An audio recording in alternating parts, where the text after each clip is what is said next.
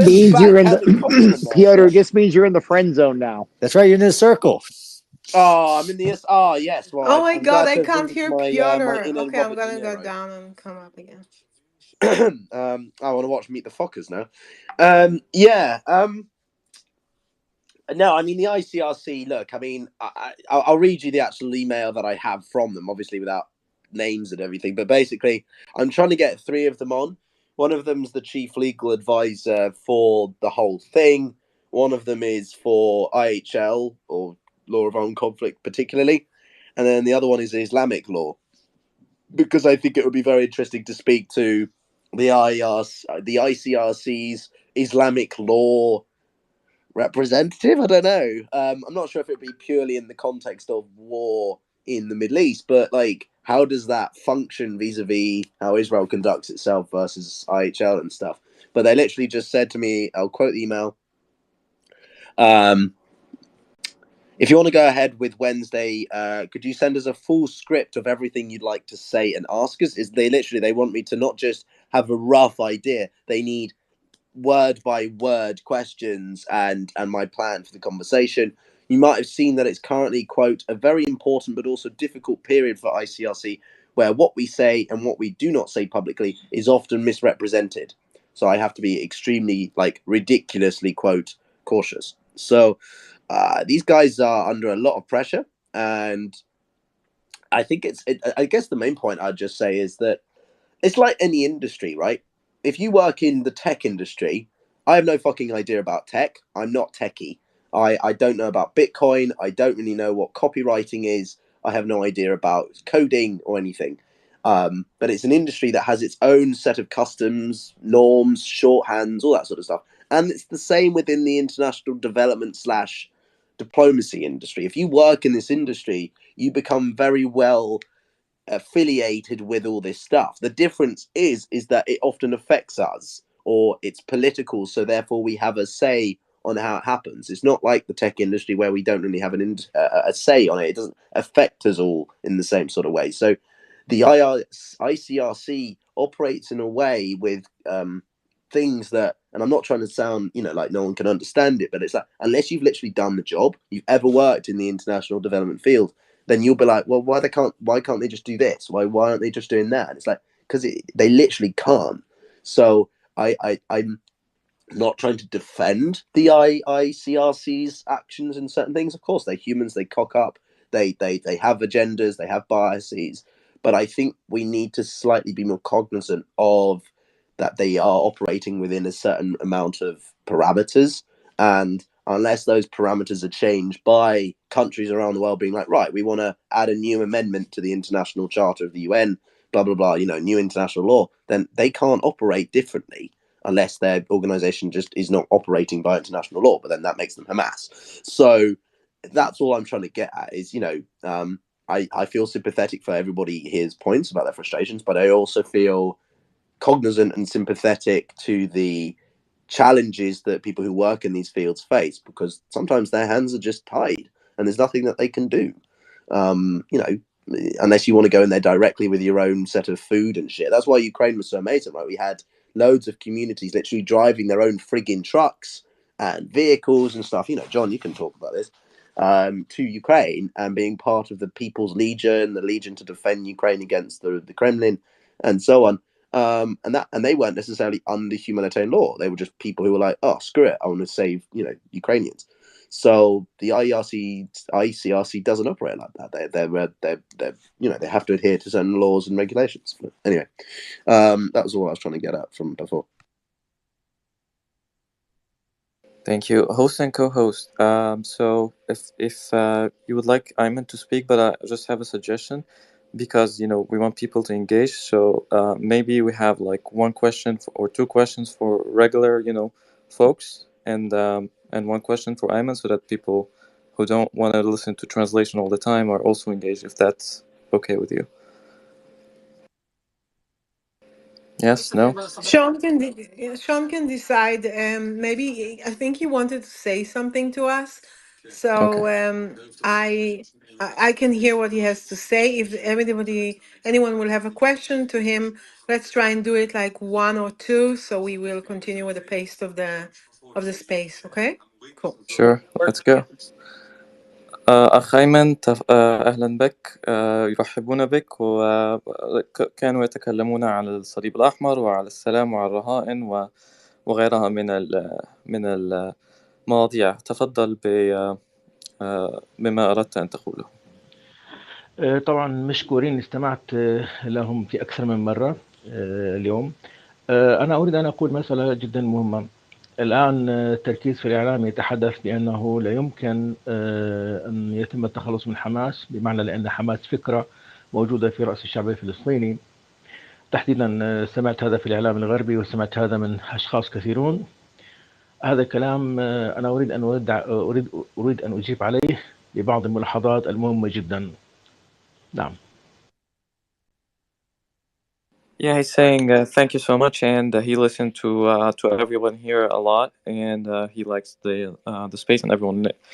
He's saying that his beginning of the statement that he heard in a lot of Arabic media that the narrative now that we cannot get rid of Hamas because it's an idea, and he wants to answer for that with a solution or a rebuttal for that because he doesn't agree.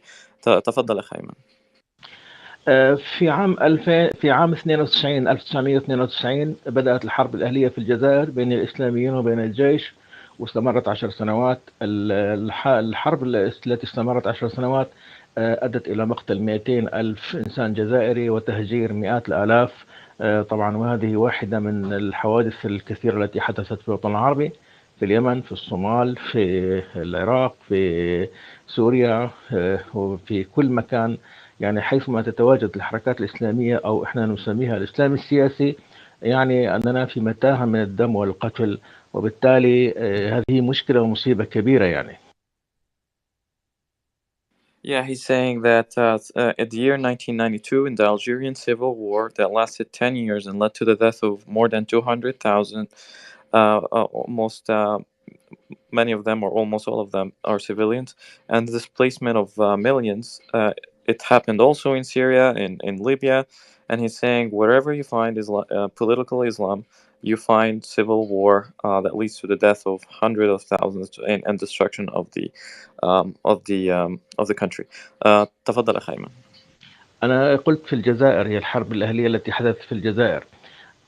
طبعا النقطة الجوهرية الآن الحديث بأنه حماس، لكي نفهم ما هي حماس. حماس الآن هي تشكل خطر على الفلسطينيين تماما كما كانت تشكل الحركة الإسلامية في الجزائر خطر على الجزائريين، وكما كانت تشكل خطر على في اليمن وفي في العراق. وطبعا عموم الإسلام السياسي هو دائما يشكل خطر على المحيط الاجتماعي المحيط به أكثر مما يشكل خطر على الآخرين. وبالتالي توصيف حماس بأنها تشكل خطر على إسرائيل فقط هذا كلام غير دقيق. هي تشكل خطر علينا تماما كما تشكل الحركة الإسلامية خطر، كما شكلت الحركة الإسلامية خطر على الجزائريين وغيرها، وهذا كله نتائج الفكرة الأفغانية. Yeah, he's saying that the problem with these organizations, and and he said again that the risk from terrorist organizations or political Islamic organizations like in Algeria, like in Yemen, like in Iraq, that it leads to danger not just to its enemies, but the people who live within them and within the same country and even around them. And he said that often the damage is even more than what is the damage to the enemy, and the danger is even more. So he's saying it's not just the problem of Hamas enemy; it's also the problem of the people who live within them, even more so in a way. تفضل أخ أيمن. في الساحة الفلسطينية يعني لا يستطيع، حتى مثلا في بعض مناطق سوريا وفي مناطق أخرى لا يستطيعون أن يقولوا علنا أنه أنتم الإسلاميون أو أنتم الحركات الإسلامية السياسية أعداء للجميع، لأن هذا سوف تعتبره الحركات الإسلامية إعلان حرب. الكل يحاول أن يتعامل معهم بنوع من الحذر، لأن لهم سطوة وهم يبحثون عن مبرر للقيام بالقتل. يعني مثلا لو قامت، نتذكر كيف قامت حماس بالانقلاب في غزة مثلا. يعني هي حماس تبحث، الإسلاميون دائما يبحثون عن مبرر لكي يمارسوا القتل. ولذلك الناس تخاف منهم وهي حذرة منهم، وهم بالتالي يعني أي بلد يدخلون إليه يدمرونه، ولا يمكن أن يكون هناك أفق للتصالح مع حركات الإسلام السياسي. Yeah, very interesting. So he's saying that the people in the Palestinian space, not just the people like the intellectuals or the elite or so on, or the regular people, they cannot say anything to the political Islamic organizations. It's simply prohibited. It's a taboo because if they do, the Islamists will consider it a declaration of war on them. And the problem with that is that the Islamists have a lot of power, and basically they're not afraid to kill anyone. And whatever they are, people are afraid. Even countries and even legitimate political organizations are just afraid, as simple as that. And the whatever they go, death and destruction follows them, and civil war. And they're not afraid of, one side does not value life, so the other side is afraid because they do, or something down that line. تفضل أخ أيمن. يعني أنتم تعرفون بأن تنظيم القاعدة كان يتلقى دعم من إيران، مع الرغم أنه يعني معروف أنه تنظيم إرهابي. وطبعا تعرفون أن إيران لعبت دور كبير في المنطقة. لهذا السبب نحن أمامنا، يعني أمام المنطقة كلها، ليس فقط حماس أو حزب الله أو الحوثي، كل هؤلاء أدوات صغيرة في يد إيران. لأن عندنا مشكلة كبيرة هي اسمها إيران، هي التي تحرك كل هذا العالم، لأن إيران تريد أن تكون بديل لفكرة الاتحاد السوفيتي السابق في الشرق الأوسط. وهذا الوجود الخطير لإيران وهذا الدور الكبير لإيران يعني أن كامل منطقة الشرق الأوسط في خطر. المسألة ليست في مجموعة صغيرة اسمه حماس أو الجهاد الإسلامي أو حزب الله أو أي تنظيم، لدينا مشكلة كبرى مع إيران التي تريد أن تكون بديل للاتحاد السوفيتي. Yeah, he's saying that it's not just the ideology. So, for example, Iran is supporting Al Qaeda, although it's a terrorist organization. As a country, you're not supposed to do that. And he's saying that the Iranian regime is also financing all the other proxies. And the reason why they're doing that is because they want to replace or exercise hegemony over the entire Middle East, like the Soviet Union did back in the day. And basically, they just want to have control over the entire area. So it's not just the problem of one country or one organization. It's just the entire region of the Middle East have to be aware of that, because they are a target of being basically a protectorate or under the Iranian regime. تفضل أخ أيمن. في النهاية أنا لي سؤال لكم جميعا وأرجو أن تفكروا فيه بشكل جيد. الآن الآن حزب الله وإيران يقومون بتجنيد فلسطينيين في جنوب لبنان ويبنون قواعد في جنوب لبنان. ماذا لو انتهت حماس مثلا في غزة، وبعد سنة أو سنتين أو ثلاث وجدنا 50,000 أو 100,000 مقاتل في جنوب لبنان؟ هل نكون قد حققنا السلام؟ هل يكون هناك سلام أم سنكون قد صنعنا حرب أخرى؟ أنا فقط أتمنى أن تجيبوا على هذا السؤال أو تفكروا فيه بشكل جيد، وأشكركم جدا على استماعكم لي. Yeah, he's thanking us very much, and he has a question for everyone at the end of his statement. He says, he's asking if and when Hamas gets defeated, and then we find 50,000 more Hamas people, not in Israel or in Gaza, but in somewhere else, in Yemen, or in Lebanon, or so on. Then what would we do about it? How can we how can we deal with that situation, even if they don't appear in Palestine? What is a solution for that the room would suggest, and maybe he has a solution as well. So we can host and co-host. You call it. So basically, I don't know if I have a clear answer to this question. It's a very, very big question. At the moment, I think that what we're looking at is really to eliminate Hamas in Gaza and heads of Hamas wherever they are. But moving forward, we'll probably have to deal with more things, and we'll definitely will. But I can't really, see at the moment, what's going to be done with this. I'm sure there are plans. I'm sure there's there's a script play for that. But at the current moment, the look is on Gaza and really eliminating them and getting them out of not ruling Gaza. This is what I'm looking at the moment. But I'm sure that there are the talks that I didn't really dig into yet because my head is so involved in those things. So I don't know if anybody else thinks they know that they can go. I don't think that anybody knows at the moment, but this is my take on it. Just before we go to more questions, I have an breaking.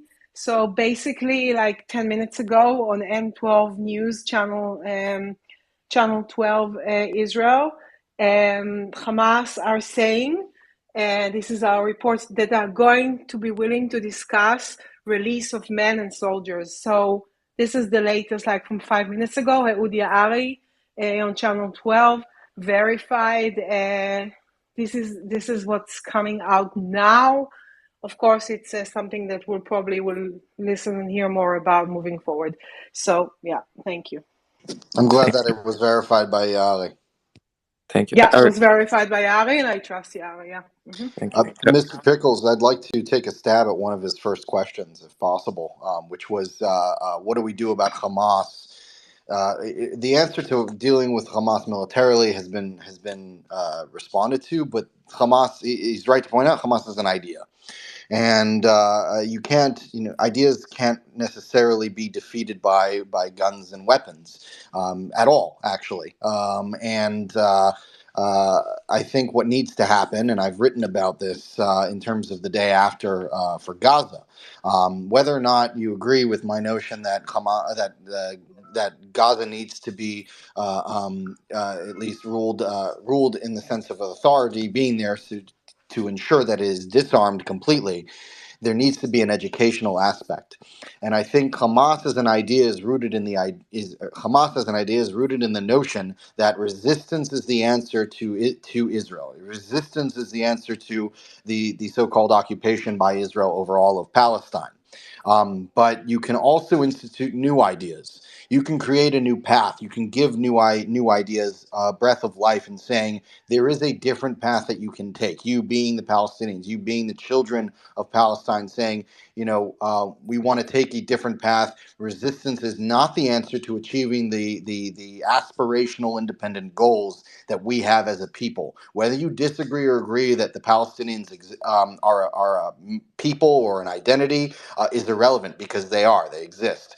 And so acknowledging that is the first step, and providing them a ray of hope, a ray of aspirational hope of being able to have to live without the theme of war surrounding them is something that I think will break the idea of Hamas as the only path that exists. And they haven't had that in a very long time. And there are a variety of reasons for that. I don't want to get into all of that. That those notions are all those sort of overarching concepts because it's very deep, it's very convoluted. But I think at its bare minimum, to answer the question of how do you defeat Hamas as an idea, you provide a different ideas can be defeated with ideas. And so you need to give a new idea. You need to or renew an idea or reinvigorate an idea of hope, of peace, of coexistence, of quiet. Maybe not peace. Maybe we're not going to get to peace right now. But at the very least, not having war, I think, is a good step. That was a fantastic Yeah, I answer. think it's a great observation, Yeah. and it's a very good analysis. Yeah, I love hearing that. Thank you so much. Thank you, Eric. Eric. Alex, you want to say something before we go to Yeah. Ayman? So I completely agree with Eric. I just want to add another little small aspect to what he said. Re-education and finding a better solution is a great way of deconstructing a very bad idea. But there's also some responsibility for the people. It all comes down to what the people are willing to accept or not. If in any place in the world, any place, I'm not talking only about the Arabic world, not talking only about the Islam world, even, I don't know, let's say that we discover there are 50,000 Swiss organization, and they're trying to go into Switzerland and then create a war across Europe. It usually comes down to the people not accepting this idea, fighting them vigorously, not to drag the whole country into a conflict. And so I think exactly what Eric said, it's a twofold solution. It's one, re-educating, providing a better solution, providing a better life to the people, not to accept those radical ideas, but also comes down to the people's responsibility not to go down that path, because usually when they go down that path, the first line of casualties will be the civilians. Thank you so much. Let me translate that real quick. So, الأخ أيمن كان لهم إجابة للأسئلة. وإيريس قالت أنه سؤال صعب. ولكن الآن هو التركيز على هزيمة حماس. هذا هو رقم واحد، وهذا هو أكثر شيء يهمها في الوقت الحالي. وسوف يتعاملون مع الأخطار والحلول الأخرى قريبا بعد الانتهاء من هذه المشكلة التي يواجهونها في اللحظة. إنها تقول أن هناك خطة، ولكن الآن أيضا نحن جهودنا هو التخلص من هذا التنظيم. وقالت أنه هناك أخبار عاجلة أن حماس قابلت أو تقوم بالمشاورة من أجل إطلاق سراح الرجال وحتى الجنود. وبعد هذا قام الأستاذ إريك بمداخلته، وقال أن الشيء الذي نريد أوكي. كان لها أيضا الأخت إيريس في النهاية قالت رقم 2، ماذا نفعل بحماس؟ وأن حماس هي فكرة، and الأفكار لا تهزم إلا بالأفكار. وقال الأخ إريك نفس الكلام في البداية، وقال أن الأسلحة لا يمكنها أن تقتل فكرة، بالعكس أن أحيانا ينقلب الموضوع.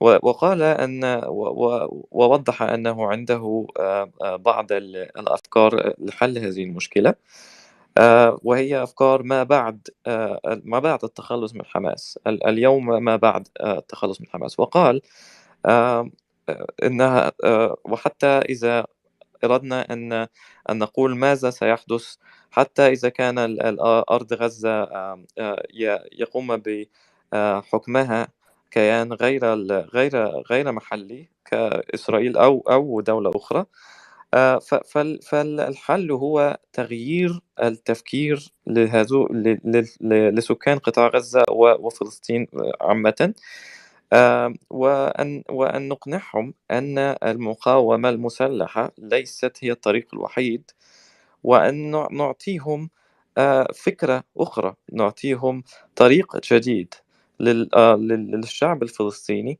أن المقاومة لن تقوم بأي نتائج هم يريدونها،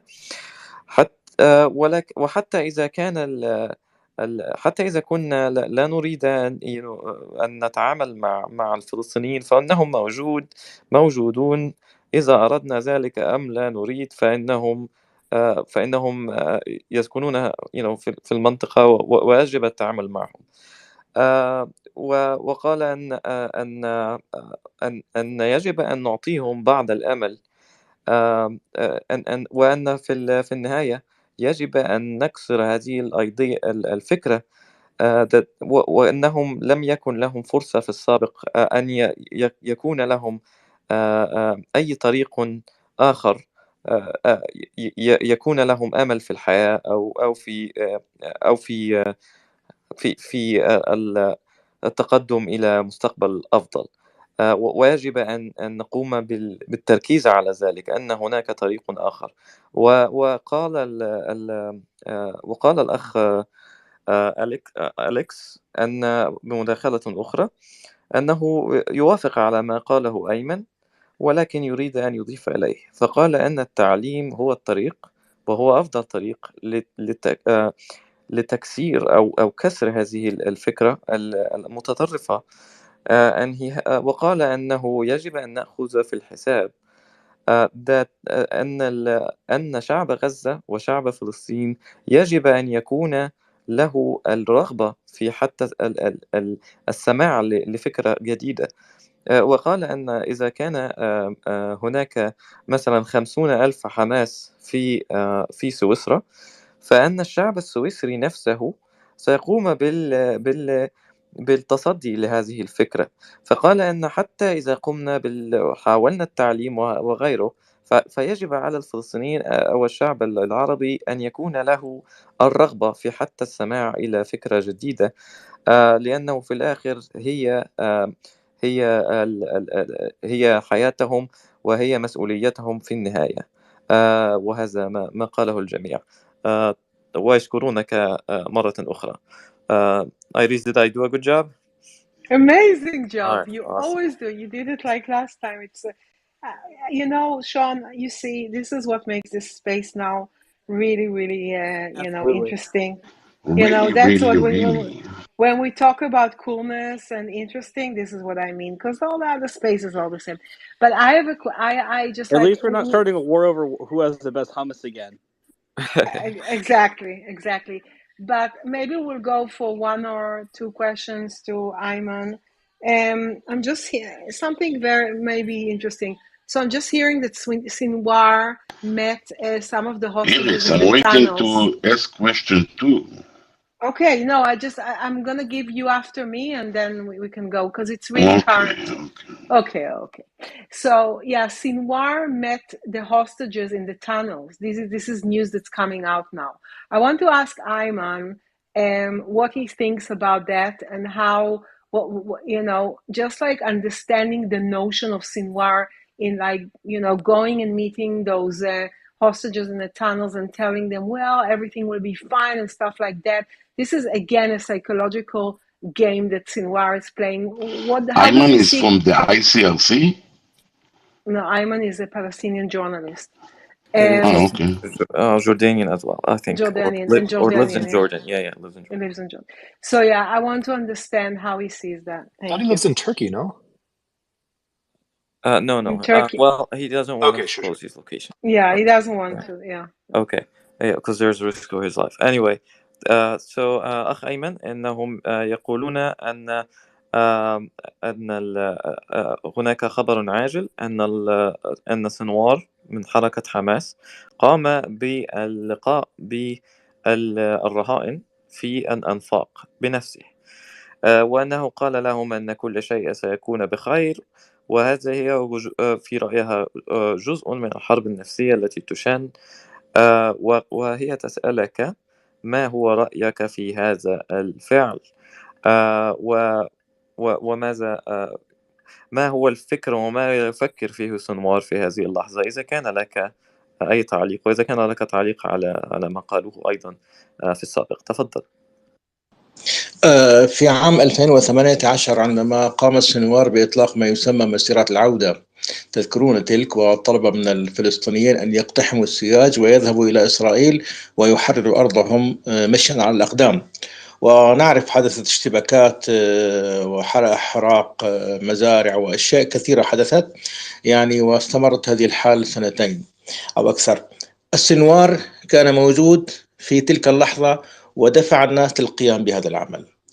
هو شخص استعراضي يحاول، كان عندما وصل إلى الشريط الحدودي أثناء مسيرات العودة، كان هو وإسماعيل هنية كان يحاول أن يوجه رسائل لإسرائيل باتجاه معين. الآن هو يوجه رسائل بالاتجاه المعاكس. هذا الشخص أنا بقناعتي الشخصية لا أعتقد أن عقله سوي. هذه نقطة جوهرية. لو كان عقله سوي لما يمكن أن يلتقط صورة لنفسه مع طفل يحمل بندقية، وهي صورة نشرتها على صفحتي. يعني نشرت صورة للسنوار يحمل طفل صغير والطفل معه بندقية. هو لا يرسل فقط رسائل سياسية، هو يرسل شيء من دماغه، شيء بمعنى دماغه معطل غير سوي، ويتصرف تصرفات غير سوية. وأنا أعتقد أنها كلها فقط حب الظهور، وهو لا يملك عقل سياسي أصلا يعني. شكرا أخ أيمن. So he has an interesting answer. He says that in the year 2018, when Sinwar released a statement or started a initiative called the Day of Return, the March of Return, and he wanted the people to literally walk to liberate Palestine on their leg with civilians or whoever. And this march lasted for 2 years, and we all know what happened. He said that he is a showman. He joined the march to give a certain message, and now he has a different message or opposite message. He said that he thinks he is unstable mentally, and the reason why he thinks so, for example, that Sinwar took a picture with a kid holding a machine gun. So he said, who would think of doing that? And that is really weird and makes no sense. And the last thing he said that he thinks he's a showman. He just care about being on camera and being, famous or whatever. He's basically has no political skill. It's mostly for show and propaganda. He's a propagandist, basically. Okay, what did he say? Because he said also something about Ismail Hania. Was he comparing him to him? Right. No. Thank you for reminding me. So he said that when he met met the people marching in the March of Liberation, Ismail Hania and him were at the joined the march for the show and to give mixed messages at that time. Okay, thank you. Ariel, do you want to ask your question? Go ahead. Yes, I have a question with two scenarios.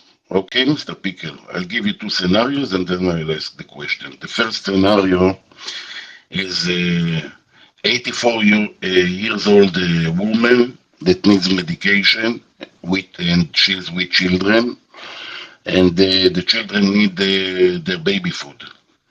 She's taken hostage by Hamas, and if she wouldn't take their medicine and the children wouldn't get the baby food, they will die. That's the first scenario. Second scenario, 84 years old Palestinian with children.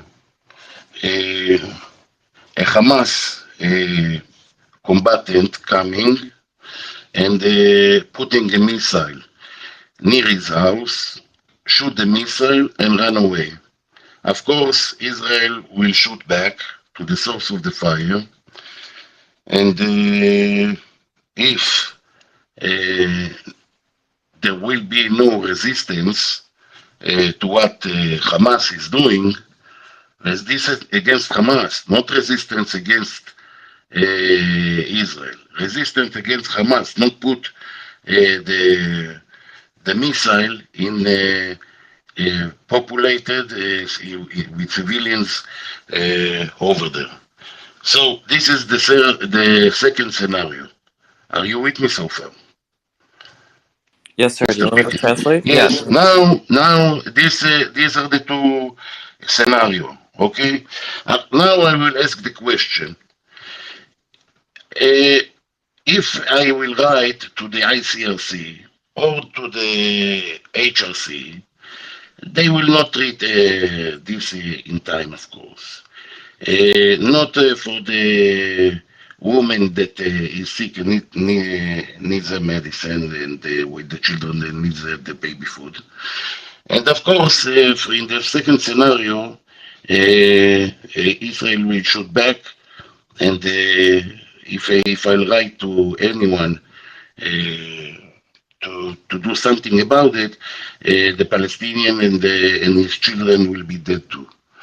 What's in this? This is not a regular terror organization, because we let it grow to such a vast equipments and tunnels and all what they have over there. It's becoming like two armies and behaving like a terror organization. Okay, what is he suggesting to do to save the elderly people over there that are dying in the Israeli side and in the Palestinian side, and the children that are helpless both elderly people are helpless. And both children are helpless in this situation, no matter in what the religion and in which side they are living at, right? Thank you. Thank you so much, Ariel. So Mr. Ariel has a question for you, and he has. I'm sorry. أخ أيمن يشكرونك مرة أخرى، والأخ إريال له سؤال، ويقول أنه له سيناريوهين. السيناريو الأول أن هناك امرأة مسنة عمرها 84 عاما، ومعها وهي تأخذ أو تحتاج إلى عناية طبية ولأدوية، ومعها طفل وأطفال يريد أو يتطلبون طعام الأطفال. وإذا لم يأخذوا أو إذا لم تأخذ المرأة الأدوية التي تحتاجها سوف تموت. والسيناريو الآخر، هناك فلسطينية مسنة أيضا عمرها 84 عاما، ومعها أطفال، وجاء حمساوي وقام بإطلاق صاروخ من جانب بيتها أو من سطح المنزل وهرب. وهو يعرف والكل يعرف أن إسرائيل سوف ترد على هذا، وسوف تقوم بإطلاق صواريخ على هذا الخطر، وسيموت الطفل والعجوز أيضا. وقال أن عدم المقاومة ضد حماس تؤدي إلى شيء واحد، وهي قتل المدنيين العزل والشعب عموما، من ناحيتين، من الناحية الإسرائيلية ومن ناحيتهم أيضا. والآن هو يسأل سؤال: إذا أرسل جواب إلى الصليب الأحمر، فإنهم عن السيناريو الأول، فهو يقول أنهم لن يقرؤوه أصلا، ولن يقرأوا شيئا على المرأة العجوز ولا غيره. والسيناريو الآخر، وهو إطلاق الصاروخ من الجانب الفلسطيني، فإنه ويقول أنه إذا قام بإرسال نفس الجواب، فإنهم سوف حتى إذا قرأوه لن يحدث شيء. وإن حماس وصل أو كبرت، أو أنهم سمحوا لها بالتضخم إلى درجة أنه الآن شيئين في نفس الوقت، أنها حركة إرهابية وأيضا جيش مسلح. فهذا شيء يعني نادر. وقال أيضا أنه ما في رأيك هو الحل، فإن القتل من الجانبين بسبب واحد، وهو ما تفعله حماس في الوقت الحالي. ويقول: ما ذنب الأطفال الذين ليس لهم أي حال ولا قوة، ومن الجانبين فإنهم في الأول والآخر أطفال. فما هو رأيك في هذا، وما هو الحل؟ أنه يفكر مثلي تماما. قل له أولا، يوجد على صفحتي منشور نشرته اليوم، أعتقد منذ ساعة أو ساعتين نشرت منشور قلت فيه التالي. سأعطيك حرفيا: يأتي شخص وينصب صاروخ بجانب بيتك ويرميه على تل أبيب، ثم يغادر المكان. بعد دقائق تقصف إسرائيل المنزل على من فيه. الأول، يعني الشخص الأول الذي أطلق الصاروخ، يصبح اسمه مقاوم، وأما الثاني فيصبح هو وعائلته يصبح اسمهم شهداء. هل هذه المعادلة صحيحة؟ هذا هو سؤال أنا سألته إلى الجمهور. لاحظت؟ يعني هو نفس فكرته، أن حماس تأتي تضع صاروخ بجانب منزل، تطلق الصاروخ ثم تختفي، ثم يأتي الطائرات الإسرائيلية أو القصف الإسرائيلي ويقصف المكان الذي خرج منه الصاروخ، فيموت هناك مدنيون. أنا هنا كنت أسأل، الأول يقولون عنه في الإعلام مع الأسف أنه مقاوم، والثاني يصبح شهيد. هل هذه المعادلة صحيحة؟ هي جريمة ليست صحيحة. عندما يقوم شخص بإطلاق صاروخ من بين المدنيين، أي مدني بلا استثناء هو مجرم، هو ارتكب جريمة لأنه أدخل المدنيين في صميم الحرب. هذه الرسالة الأولى. الرسالة الثانية حول المرأة العجوز، أنا سأقول له قصة حقيقية. هناك فيديو موجود على يوتيوب تحت اسم جبر وشاح. جبر وشاح. هذه المرأة عمرها 85 سنة. تمام. هذه المرأة تتميز عند الفلسطينيين، لها ميزة، كانت تقوم بعمل إنساني، تبحث عن الأسرى الفلسطينيين الذين ليس لهم عائلات في إسرائيل، وتقوم بزيارتهم وتقدم لهم المساعدات وتعود. هي امرأة كبيرة في السن. هذه المرأة اعتدت عليها حماس وضربتها وكسرت يدها، ويوجد فيديو على الانترنت موجود باسم جبر وشاح. شاهدوها كيف تئن وتتألم وتبكي وعمرها 86 سنة.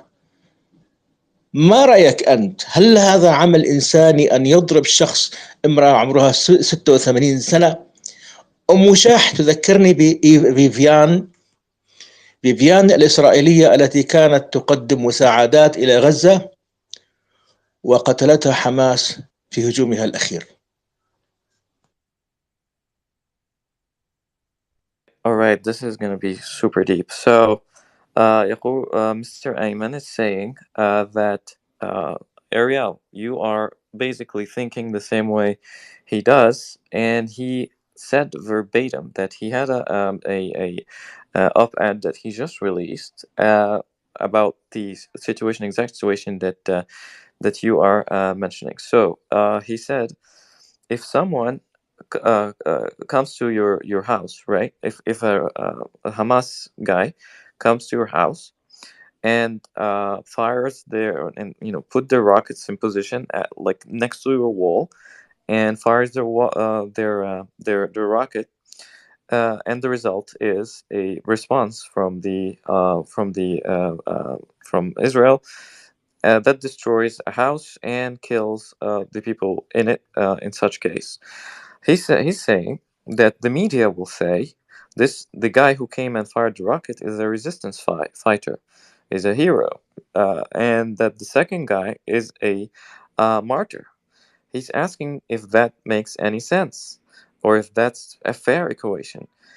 He's asking uh, uh, why would that be an accurate representation if one side putting the is not just putting the life of civilians in danger, they know for sure that they might die or they will die due to their actions. So he's saying that is supposed to be called a crime, not a resistance fighter, because he's hiding behind civilians. He gave two examples. One of them is called Wishah, and she's actually 85, and she had a special mission or a special thing that she used to do. جبر وشاح. Okay. جبر وشاح. Okay. Jabar Wishah is her name, and she had she was doing some, humanitarian activities, including visiting the prisoners of the Palestinian people in prisons and giving them food and aid and so on. And what do you expect? What did Hamas do? They beat her and broke her hand and filmed it and watched her, people watched her screaming in pain, and she's 85. And he's asking, uh, how is that human? And he also said that he remembers Vivian from the other side that used to come and give aid and food to the people of Gaza and try to Vivian help them. Silver. Correct, Vivian correct, Silver. That's her name. correct. Yes. So he's asking, how does that make any sense? How can we allow this to happen when we call a criminal a hero and a and people who had nothing to do with it, martyrs. It's a crime, and he's saying that's a crime. He didn't finish his word yet, I guess. أخ أيمن تريد أن تقول الجزء الآخر أم هذا هو تعليقك؟ هذا هو تعليقي. أنا نسيت ربما السؤال الآخر عن أي شيء. الحل، هو قال الحل أظن. ما الحل؟ يسألك ما الحل؟ تمام. الحل هو هذه القضايا يعني هو القضايا لا ينظر إليها جزئيا. أول شيء رقم واحد يفترض أن يكون هناك توجه عربي كامل بإدانة الإسلام السياسي الذي ظهر بعد عام 1980، وبالتالي دعونا نرجع إلى زمن أنور السادات، عندما أطلق أنور السادات معاهدة السلام، فقط الذين رفضوها أنصار الاتحاد السوفيتي. إذن دعونا نعود إلى ذلك الزمن ونعمل إدانة للإسلام السياسي في الوطن العربي. عندما ندين الإسلام السياسي في الوطن العربي ستكون هناك نماذج تعليمية جديدة تدخل الوطن العربي، سيكون الجيل الجديد كله جيل مدرك للأمور. هذا رقم واحد. اثنين، هناك تغييب للحقائق في الإعلام في المدارس العربية لما يحدث في العراق، في سوريا، في لبنان، في فلسطين. يجب أن يكون يجب أن يكون التعليم العربي يطرح موضوع الإرهاب بوضوح. يجب أن نطرح موضوع الإرهاب في أفغانستان بوضوح، موضوع الإرهاب في المنطقة العربية بوضوح. لذلك إذا لم نقم بتربية الأطفال على نبذ الإرهاب هذا سيكون مشكلة بالنسبة لنا. النقطة المهمة والأكثر أهمية، يجب أن يكون هناك اهتمام بالإعلاميين العرب المناصرين للسلام في المنطقة، ولأن المنطقة تسيطر عليها وسائل إعلام عربية، وآلاف الإعلاميين العرب يعملون في مؤسسات إيرانية تقوم بتشويه الجيل الحالي. وشكرا. شكرا Ayman. So he had an answer for your question, Ariel. What to do about it? He said you can't look at a problem from just one side. You have to have an entire solution. You have to look at the entire picture. And he says the first part of his answer is that the entire Arab world need to seriously take a stand against the the political Islamic organizations. And he said that when President Anwar Sadat of Egypt had a peace plan that it was only refused by Soviet aligned Arab countries like Syria and so on. And then he said that the next generation he was talking about schools and saying that the new generation has to change, and we have to make it clear and basically address the terrorism issue in schools in very clear terms and in very basically we have to hammer it down, and specifically in Lebanon and Syria and what they call I believe the resistance axis or something like that. And then he also said that we have to. It kind of like he wants to make it uncool for kids to think about it that way. Like they have to understand that terror is not good for anyone. And he also said that his last point that we have to protect the journalists. And we have to address the situation that thousands of them are being paid by Iran, and the other side lives in fear and is not being able to finance. So protect the journalists and also address the financing and the propaganda from the Iranian side and political Islam. Ariel, do you have a response? Or? Firstly, shukran, Ayman, for your answer. Yes, I would like to just ask one more question. That woman that was released today, she was very, very ill. She needed her medication, and now they put her under drugs so she can sleep. We don't know if she will wake up because she needed the medication, and they didn't give her the medication for more than a month, and we don't know if she will live. She is in hospital now. Uh, and even the the Red Cross, yes, the ICRC, not working. United Nations not working. UNRWA not working. When we write to all the Antonio Gutierrez, he's not present. Nobody working in the UN.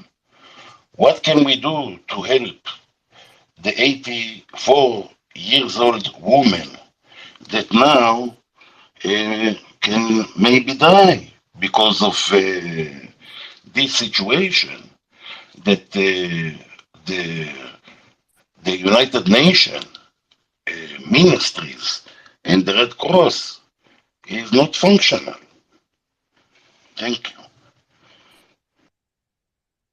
يا الأخ ريال يسأل سؤال أخير، ويقول هو يسأل عن الامرأة التي المسنة التي عمرها 84 عاما، التي يطلق سراحها اليوم في التبادل الأسرى، وإنه يقول أنها لم تقوم بأخذ الأدوية الخاصة بها لمدة شهر، وأعطوها في المستشفى منومات أو مهدئات، ولا يعرفون إذا كانت ستعيش أو ستدخل في غيبوبة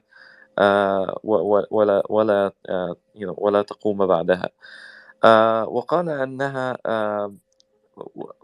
ماذا يفعل الصليب الأحمر؟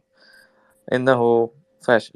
ماذا تفعل الأمم المتحدة؟ لا شيء. ماذا تفعل أونرا؟ لا شيء. يكتبون لأنطونيو، أظن هذا واحد من الأمم المتحدة أو مثل هذا، لا يفعل شيء. ليس لهم أي فائدة. ويقول ماذا نفعل من أجل هذه الامرأة؟ ماذا نفعل بالأمم المتحدة؟ ماذا نفعل بالصليب الأحمر؟ ماذا نفعل بكل هذه المنظمات التي لا فائدة منها ولا تستمع أيضا؟ وهو سؤال الأخير. تفضل. شوف، أولا قل له هذا اليوم هذا الخبر طبعا ألمني جدا. أنا اليوم كنت أنا وأبنائي نشاهد خبر طفلة أمريكية إسرائيلية تحمل جنسيتين، عمرها 4 سنوات، كانت معتقلة عند حماس، تم قتل والدها وأمها، واليوم تسلم جدها الطفلة. يعني نحن أول شيء سألناه لأنفسنا: قتلتم الأب والأم وخطفتم طفلة عمرها 4 سنوات، بأي علم هذا؟ بأي عقل هذا؟ هل تسميه جنون؟ تسميه إرهاب؟ تسميه تطرف؟ تسميه جريمة؟ كل الأسماء السيئة تنطبق على هذا الوصف. المرأة التي خطفوها، التي بقيت بلا دواء، هي كالطفلة التي قتلوا، هي الطفلة أو الطفلة التي قتلوا أمها وأبوها أصعب بكثير من هذا المشهد. هذا هو الجزء الأول، سأجيب على الجزء الثاني بعدين. Yeah, he's saying that شكرا أخ أيمن. He's saying that the thing that disturbed him the most, of course, what you said, he heard it and he was very disturbed. But he gave another story, and he said that there is a 4-year-old little girl, that has dual citizenship, American and Israeli. Well, and she was taken hostage. Not only that, her dad, her mom were killed. She was received and she was handed over to her grandpa. And he was asking, not just kill the parents, but take the kid as a hostage. And he's asking, what kind of sick brain does that? What kind of madness? What kind of terror? What kind of a crime? He said you can describe it with all kinds of heinous acts that could be combined and cannot be described in one word. All words apply for that heinous act. And he said that this is even disturbed him more because of how bad it is. And basically killing a family and abducting his kid. And he has the a follow up on that. أخ أيمن تفضل. صديقي، أريد أن أعطيك خبر يعني عن المنظمات الدولية، وهذا حدث معي. أنا معروف كاتب معتدل، صحفي معتدل. تقدمت لطلب لجوء إلى أوروبا أو إلى أي دولة عام 2015، قبل 8 سنوات. منذ 8 سنوات الأمم المتحدة تقوم بتعطيل سفري إلى أوروبا بحجة أنني غير مؤهل أنا وأولادي للسفر. انظر، أنا كاتب، ابنتي روائية معتدلة ولا يتدخلون في السياسة. ابني مخرج، تخرج من الجامعة مخرج، وعندي بنت تدرس في مجال التصميم صغيرة. نحن عائلة كل هذه المواصفات لم نجد فرصة للسفر، لأن الأمم المتحدة لا تريد كاتب معتدل يسافر إلى أوروبا.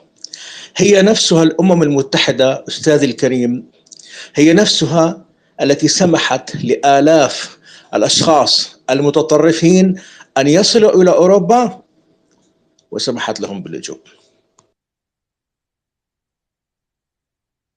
Okay, so he has an answer for you, Ariel, and he says, why give an example when he himself has one experience with the UN?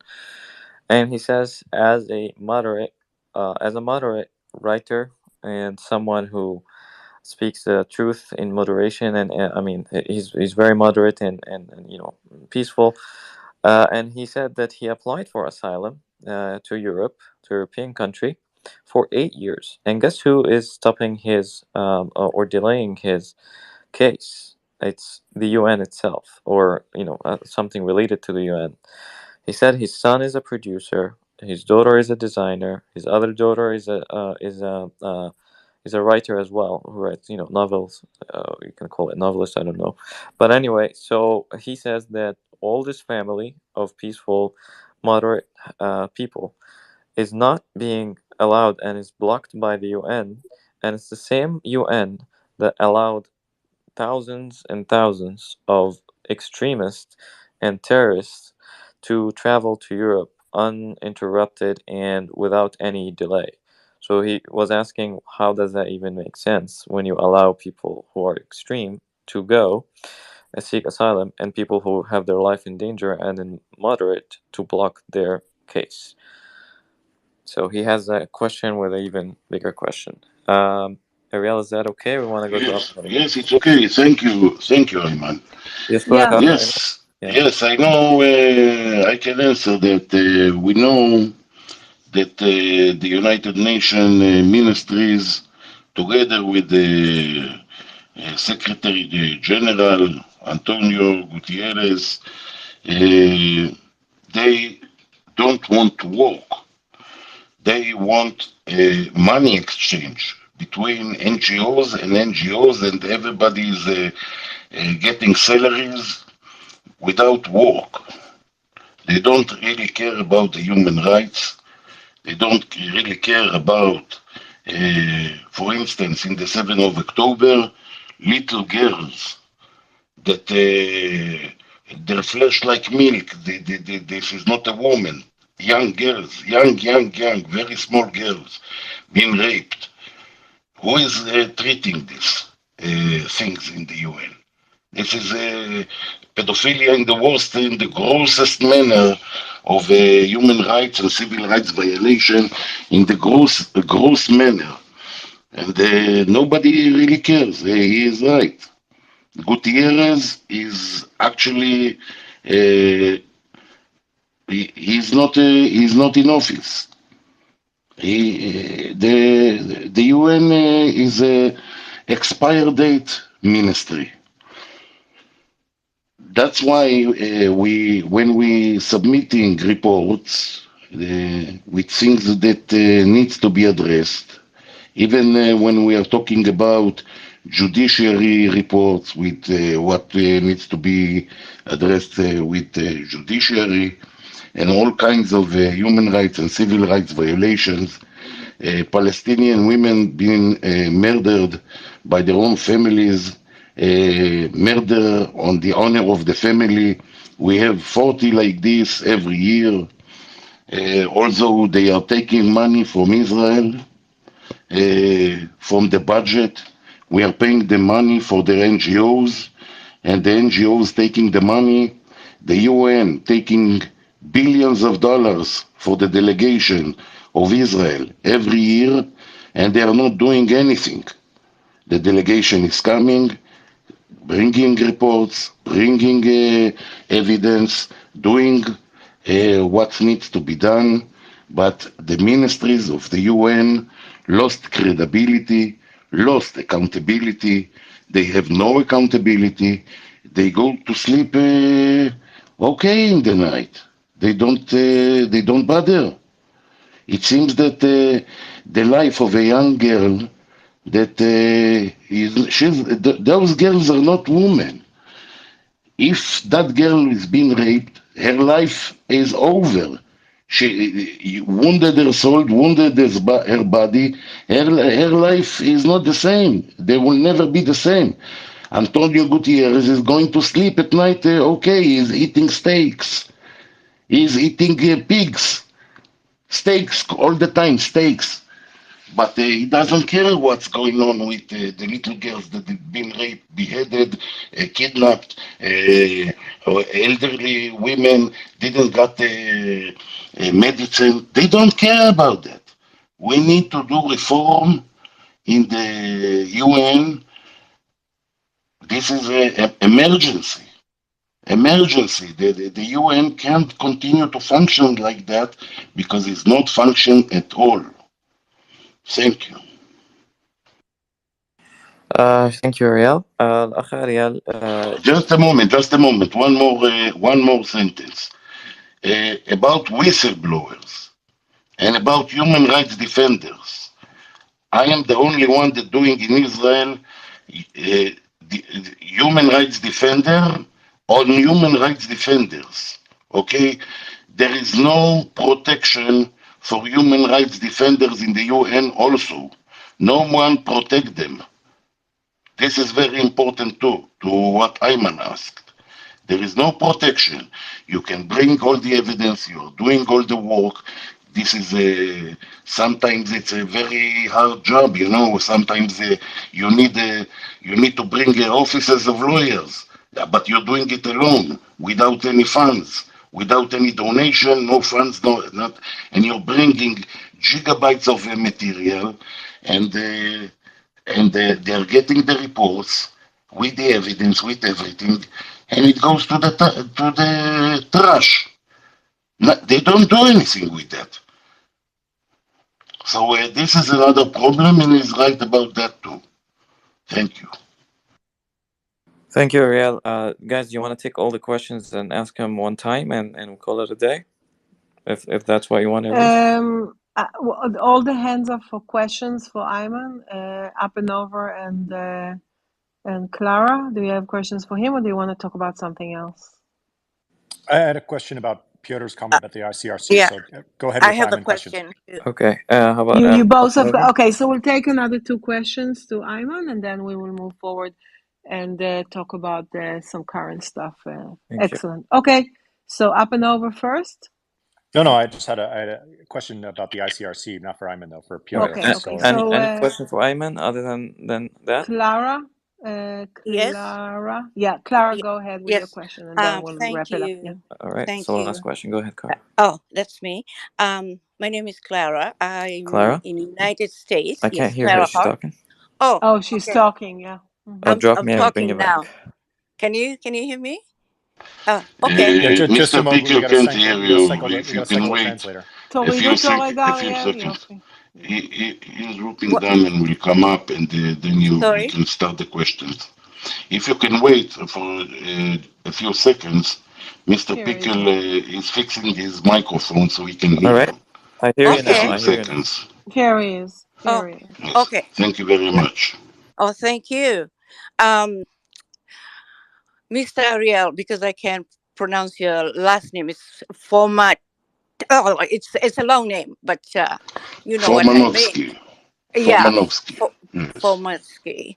So first, I want to thank you for sharing your, and the details of what you believe, and for the rest of us believe that just injustice is against the human right.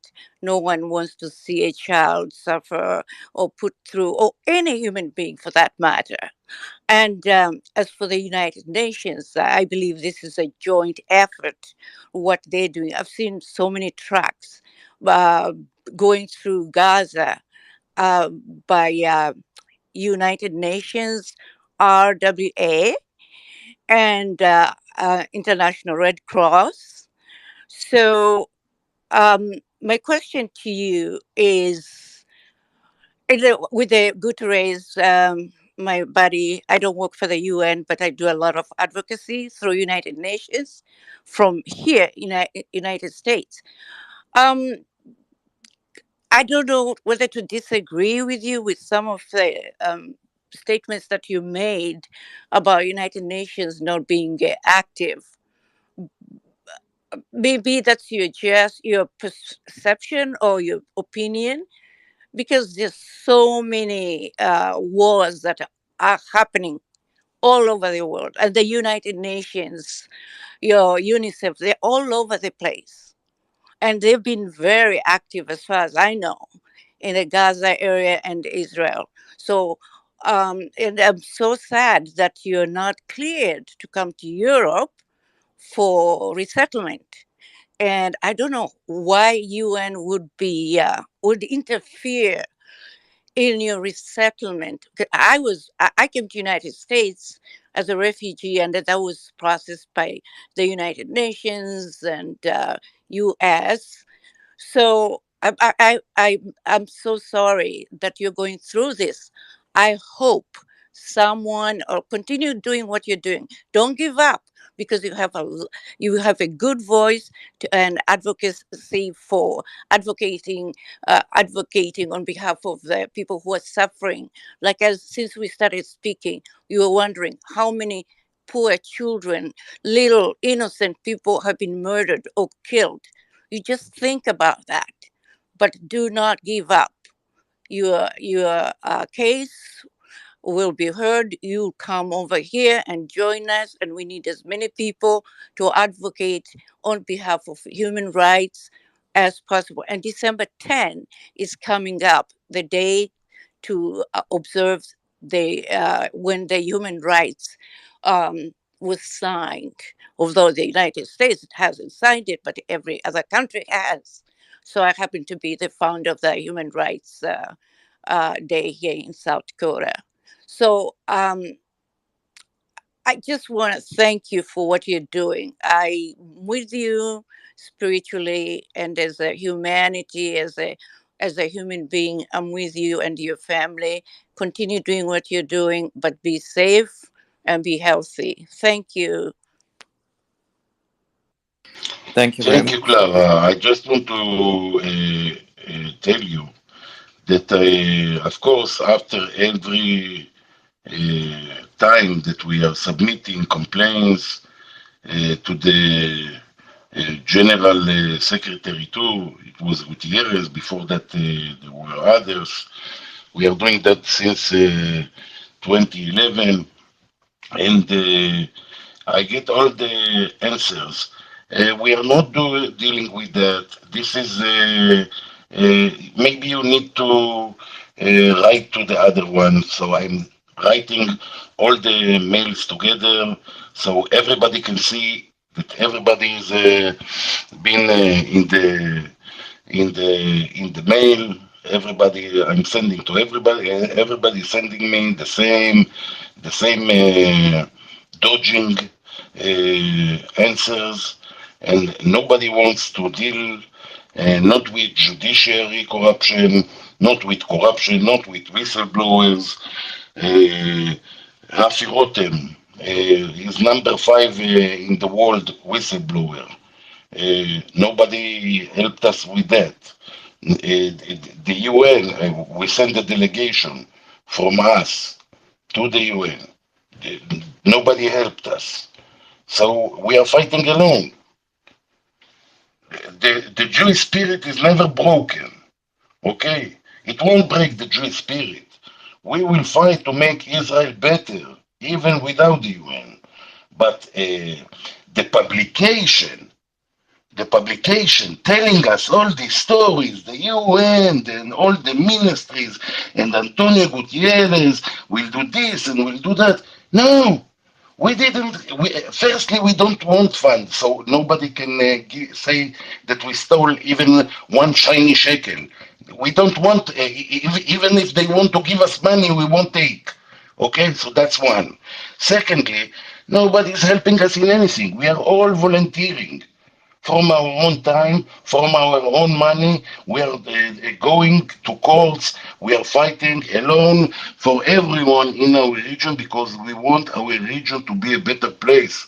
And this is the big war right now. We want it to be a better place together with what our Prime Minister Benjamin Netanyahu, together with Modi, the Prime Minister of India, and together with Mohammed bin Salman, and the King of Saudi Arabia, and the King of United Emirates, and the King of Jordan, and of course everyone in Israel, and Cyprus, and Greece, and Italy, and of course the United States of America, the strongest country in the world. Everybody will work together to make it more safe and a strong corridor of peace. But we always got the impression that the UN will help us, and we did all the jobs. We collected all the testimonies. We submitted all the complaints. We did all the work. Nobody is even addressing the points inside the reports. Very professional reports we are sending. Nobody is giving any attention to that. And then Antonio Gutierrez say that he have concerns. What do you mean you have concerns? I'm writing to you. I'm writing to that office more than a decade. He has concerns.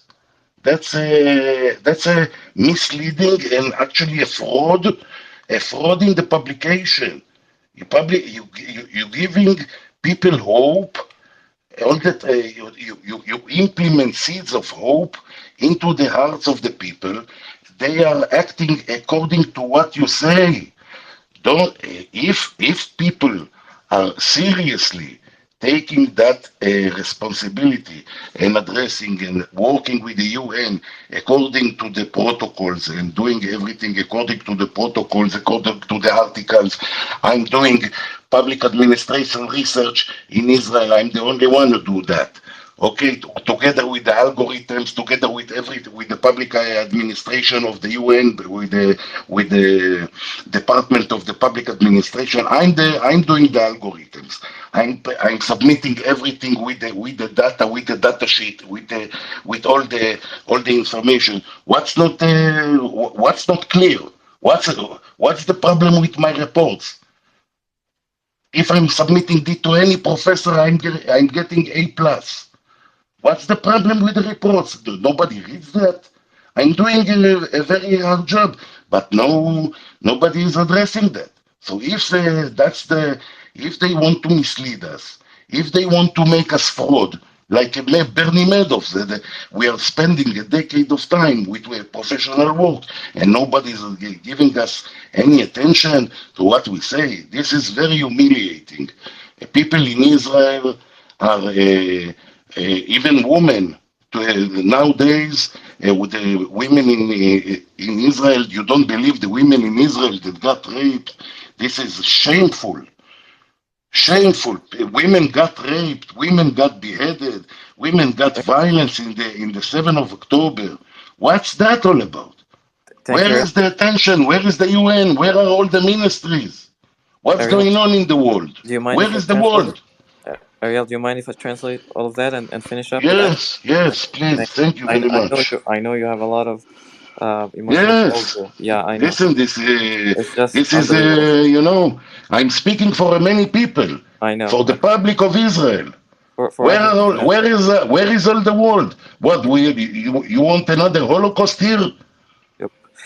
Yes. Let me go through that. Absolutely, I agree with you 100%. So أخ أيمن عذرا على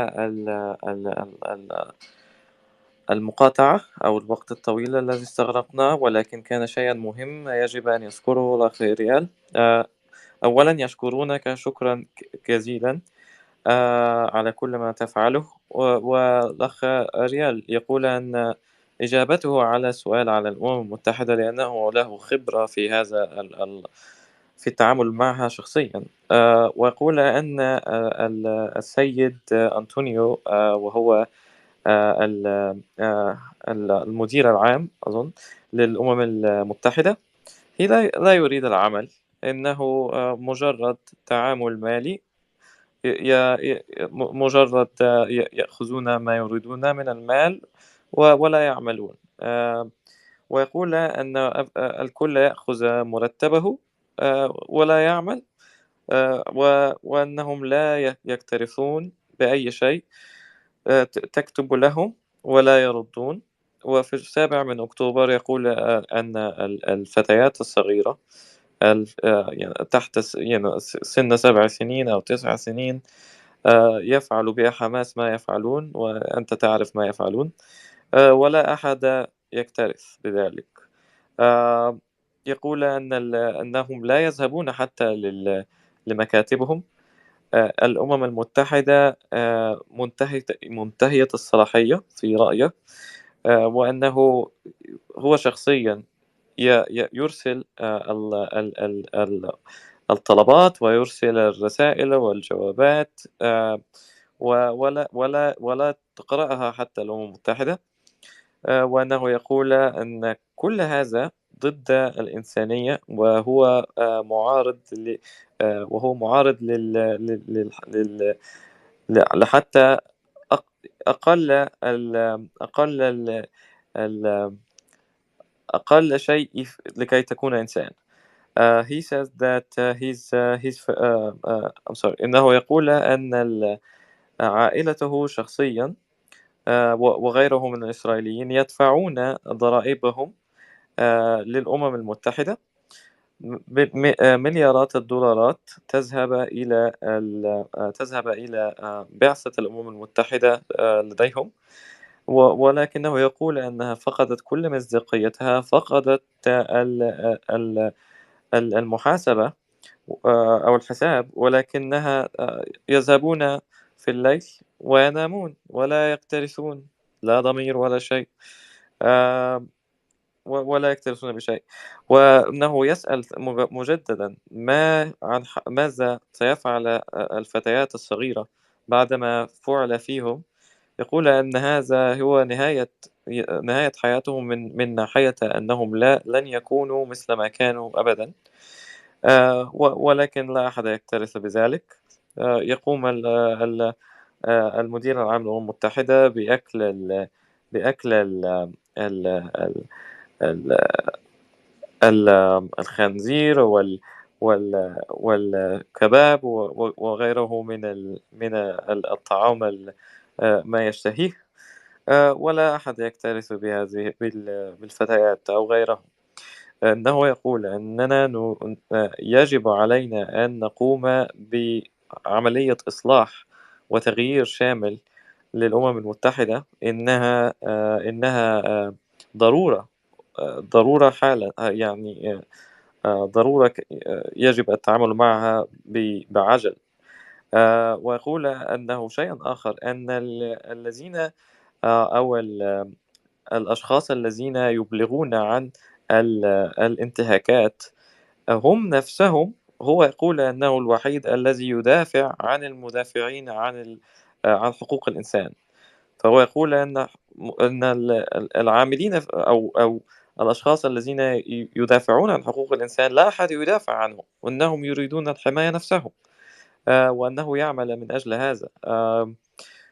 يقوم بكل ما يقدر عليه من أجل جمع المعلومات، جمع الأدلة، يقوم بهذا من نفسه، وهو عمل شاق. ويقول أنه حتى إذا كان الأشخاص من حقوق الإنسان يقومون بدفع مما لهم الخاص لحمايتهم. سؤاله الآخر أنه يريد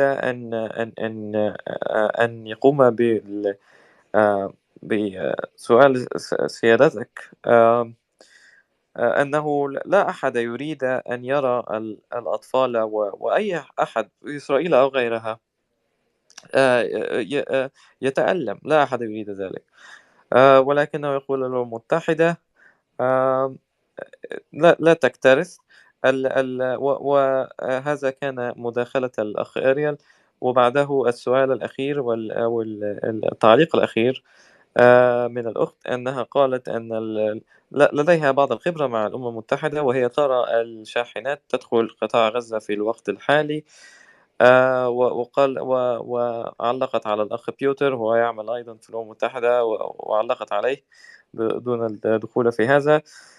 ولكن كان لها كلمات لك في النهاية، وقالت أنها سعيدة بما تفعل به، ولا لا لا تستسلم، وأنها معك، وأنك صوت للحقيقة، وصوت للناس التي تتألم، الناس التي لا أحد يتحدث في الأمم المتحدة من أجلها.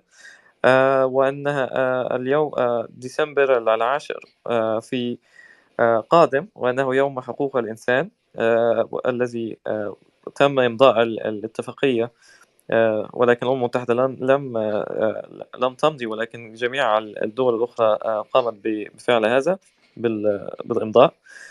وأخيرا أرادت أن تشكرك ثانية، وهي تقوم بمساندتك من ناحية الدعاء لك بطريقتها الروحية. وتقول لك أنك مرحب بك في أي دولة، وأنها تريد أن تراك في أمان، وأنك من الأشخاص الذين يستحقون أن يعيشون في أمن وسلام، لأنك تدعو إلى هذا. وهذا كان ردهم. وإذا كنت تريد أن تعطي إجابتك الأخيرة أو تعليقك الأخير، وشكرا أخ أيمن، تفضل. أول شيء أنا أشكرهم جميعا. أنا عندي مشكلة هنا، لا يظهر ما عندي أسماء الأشخاص المتحدثين. يوجد خلل في الإنترنت، لا أستطيع أن أشاهد أي شخص متحدث. الجميع عندي يظهر باسم مستمع، فأنا أرجوهم أن يضيفوني ويضيفوني لكي نتحدث ونعرف بعضنا بعضا. هذه النقطة الأولى، سأعلق لاحقا. Yeah, he's thanking everyone so much, and he's stating that he cannot Yeah. see the speakers. He said that the internet has an issue. He can see he can see everyone as a listener, and he is asking if the speakers would kindly add him, since he wants to share some stuff maybe that he can share here, and to also exchange pleasantry. I don't know, formalities, whatever. Everybody, please follow Ayman. Yes, Yeah, yes, Ayman is absolutely. amazing. Yeah, Thank you so much, Ayman. Thank he you wants for to say coming up. he wants to say Okay. one last thing real quick. Yeah. أيمن، تفضل بآخر تعليق سريعا، وشكرا. آخر تعليق، أنا أشكركم جدا. أنا طبعا كاتب، ويوما ما سوف أكتب قصتي، وأتمنى أن أتمكن من كتابة قصتي عندما أغادر تركيا إلى أي بلد آخر. طبعا أنا منذ 5 سنوات بلا عمل، نعيش على المساعدات الإنسانية، ظروفنا صعبة. أتمنى أن أكتب قصتي. عندما أكتب قصتي سوف يفاجأ العالم، سوف يصدم العالم من تصرفات الأمم المتحدة. آخر كلمة سأقولها: انظروا، تخيل أن المحقق في الأمم المتحدة استغرق للتحقيق معي عشرات الساعات، وكان يسألني عن أحداث جرت عندما كان عمري 6 سنوات. تخيل، يقول لي عندما في سنة 69 ماذا فعل والدك وماذا فعلت والدتك؟ كان عمري 6 سنوات. انظر. ولكن عندما يتعلق الأمر في القضايا المهمة والجوهرية التي تتعلق بالإرهاب والتطرف، كان يقول لي هذا ليس من شأننا. أنا أريد فقط منكم شيء واحد، أتمنى أن تحصلوا على التسجيلات الصوتية التي جرت بيني وبين الأمم المتحدة، وسوف تصدمون. وشكرا. Wow. So his final statement, he thanks you again and again, and he says he has a story that he at the moment he is out of work, he doesn't have work authorization, and that he lives in Turkey and wishes to leave to a safer spot, and he has a tough life. But he is stating that he was questioned by the UN, questioned as an interrogated for dozens of hours and days, and they went so far to the point of asking him when he was 6, what did his dad and mom say, and it was basically a very unfriendly interrogation that they had. And he said that when he started to talking about terrorism and extremism, they said, "Oh, that's none of our business. That's something we don't deal with." And he said that he hopes that one day he tells his story, because when he does, the whole world will be surprised and in shock. But he can't talk about it now, and that's all what he had to say. أخ أيمن، شكرا لك، شكرا جزيلا من الجميع، يشكرونك وهم يرحبون شكرا بك. أيمن. شكرا. Yes, ونراك Thank you نراك Mr. على so خير. Pickle, much. I can continue to tell you about all the problems in the UN, but I don't want to bore the audience here. The Maybe you crowd, should the go to crowd. the end. Yes, Yeah, I I want have to. too much information, you know. Yeah, you So are full of Yes, there's but information. Yeah. but Ayman is right. Okay, Ayman wait. is right. There is no protection for human rights defenders and whistleblowers and corruption. That somebody is coming with the data is helping is helping the society. This is a concept that we not need to understand. People like Ayman helping the society. People like Ayman, we need to preserve, to protect them, and to Exactly. take the work that they do voluntarily. This is voluntarily the job. We are doing the voluntarily. We are giving everything to help to connect between the ministry and the civilians. That's what we do. We are connecting people. Okay, all right, guys. so So so I'm gonna yes, please temporarily go close out. ahead. Sure. I'm going to temporarily close out the space for two Yeah, reasons. let's go in here. One, my phone is Yes, starting so to overheat. we have three hands. Hold on a second. Hold on. One, my phone Okay, is okay. overheating. Yeah. Two, there is a panel on a space that looks like an absolute shit show, and I want to see where that goes. Me too. Yeah, that's why this is like a unique one. It's like it's a space now that we want to see, and also I want to chill. So, yeah, Sean, I think you can do it, and we'll continue tomorrow. No? Which And space is that, Sean? before the Mario space, before I end, Okay, got Mr. Pickle, can you thank Amin for coming for me and tell him that we would love to have him back Yeah, any. always welcome. And Mr. Pickle, thank you Mr. for doing Pickles, you're all the fantastic. course. Amazing Yes, the way you Mr. Pickle, translate. maybe Fantastic. Sean, maybe we will schedule with Mr. Pickle and Ayman together so we can translate too, and then we can do all about the Yeah, I'm UN, ready. I and I had will some give rooms with you, him. I had some yeah, rooms with him already. I have them with you yeah. then, So I never will with give him. you new data that your hairs Okay, Sean, I'm waiting for will you to go start in to there. All right, Bye. see ya. shiver. Okay. Yeah. All right.